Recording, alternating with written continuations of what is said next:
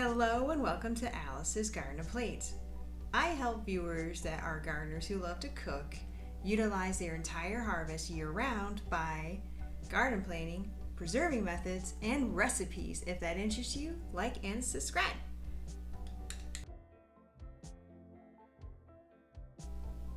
In today's episode, I'm going to be doing a review on a plant stand that I just got.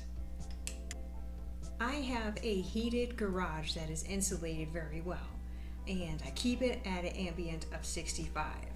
So everything here is grown enough. If I use the clear wrapping greenhouse, that's great for germination, but I want good ventilation. I also bring my fan out and blow and oscillate some air so that way I don't have any moisture issues as well. The way I installed the lights, there is two options. You can have a chain, which could make it adjustable. That'd be great for during the time of when you do germination. Or you can direct hang it from zip ties. I tried my best to fiddle around with the chains.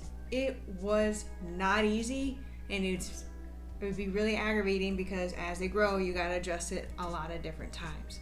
The lights that you see here are full spectrum, which is fantastic, and that they're LED. That means they're energy efficient and they will last a long time.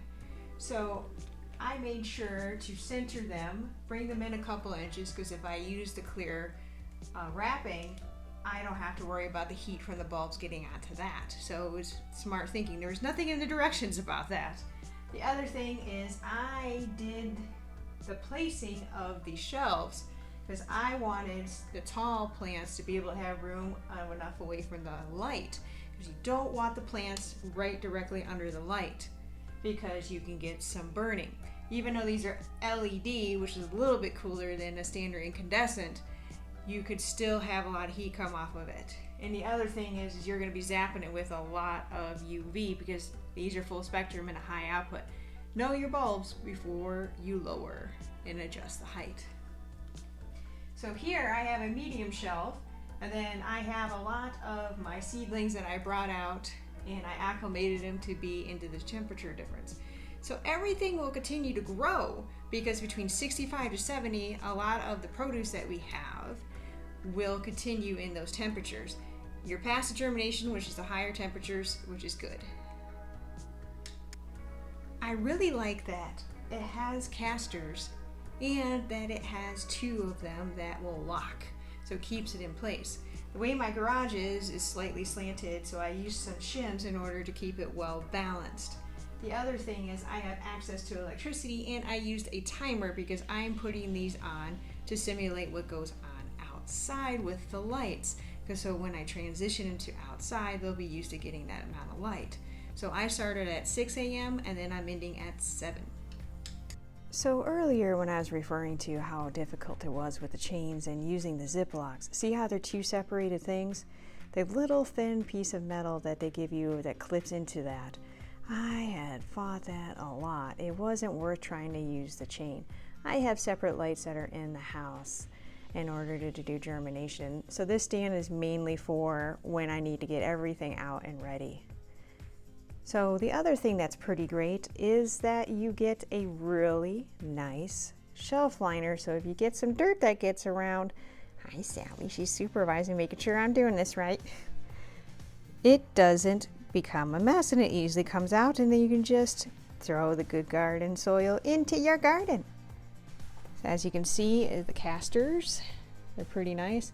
You have two choices. You can do aluminum color like this, like a nice silver, or you can do black. I went with the silver because black will show everything. The plant starts are doing really well from Rulix Farms. The reason that I get those are the very common ones you can find, and I love to support local business and farmers directly. Here is a Thai basil that I started hydroponically back in December of 22, and now it is in soil ready to rock. That is some companion plant, the French marigolds. I bought them from Lowe's. Tangerine's the best color, by the way, when it comes for companion. So there you go, is a beautiful oregano that I started hydroponically and transferred over to soil. There's some more herbs that are very common to find. I got that from Rulix. And here are my beauties. They're doing very well in the vertical pots. And there is some cabbage that I bought from Ruligs as well. If you enjoyed today's episode, click that like button so therefore the algorithm will work in your favor. By subscribing to the channel, you'll be notified of new content. Sally and I thank you for viewing today.